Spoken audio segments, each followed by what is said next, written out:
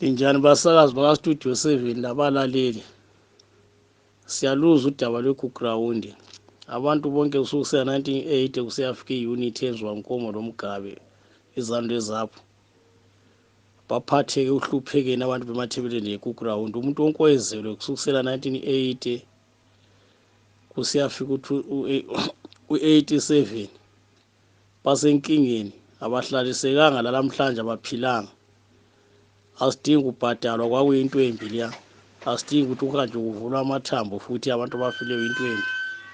Okusalayo amasotsha la ebulala abantu aphilayo ngabuya ezexolisa njalo futhi iningi labantu babaleka bachimizi yabo amaveti amaningi alapha eSouth Africa.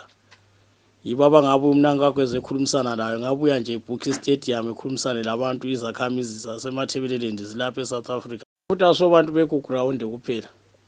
Abanye lokho befihlwa lamanje.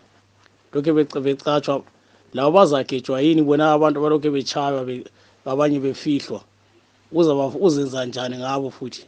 Yena ubaba umnankakho kanjalo kwesebhizi ngalokho. Okhulumayo ngubusani Mphuma enkaya koMazambane isigodi. Induna yami uSobho. No, asazi ukuthi iZANU-PF bonke laba abantu bayizonda noma bayisukela. Bonke nje abantu bomhlaba abangathi kuphulwa amalungelo abantu eZimbabwe. Bona uma besithi akukho njalo ukuthi kambe bonke laba bantu bayizitha zeZANU-PF noma bayizonda iZANU-PF. Kunjenjena msakazi izwe lethu asilizonde thina. Kodwa indlela ebuswa ngayo yilo elingayisiyo. Bafowethu abantu bahlukumezeke ekhaya. Leyo into esingeke siphike futhi esingeke sithini. Alikho izwe eligcwele amasotsha ephonga ukubonakala ebantwini. Thina silapha eSouth Africa abekhona amasotsha ngesikhathi se-lockdown, kodwa manje saphindiselwe ezinkambeni ngoba amasotsha vele alodlame akubona abantu okufuza ukuthi bahlale ebantwini. Le ndlela abatrithwa ngayo nxa bese-training ayiyona nje indlela yokuthi umuntu wakhona engahlala ebantwini. Please bantu, izana ayike izama ukuthi ihloniphe abantu, ihloniphe ilungelo loluntu.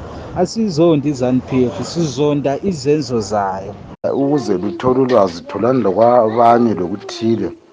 Khathesi bengifonelana lomunye omunye osebenza esigabeni sikahulumende sithi kuzakuba lokuyi-tight security kusasa ngokuvikela kumbe kuthiwa ufuna ukugenqula umnankakho wangikhona lowo. So esikubonayo kunzima hlobo ezithandekayo ngoba sikhangela ukuthi inkakhulu ku-transport lapha sihlutshwa ukuthi amabhasi alestikha esibhalwe Zupho, they are free ukuthwala and athwala abantu more than the number efunakalayo. But any kombi engelastikha loba ibhasi engelastikha ingazama ukuthi yenze njalo and ihlibotsho ukuthi kangikwazi ukuthi corona ngikhona yona istikheni esibhalwe Zupho ihlibalekele khatshana ithini. Hayi sicelani bakithi lathi siphosele emoyeni izinto ezinjengazona zibonakale zazakala.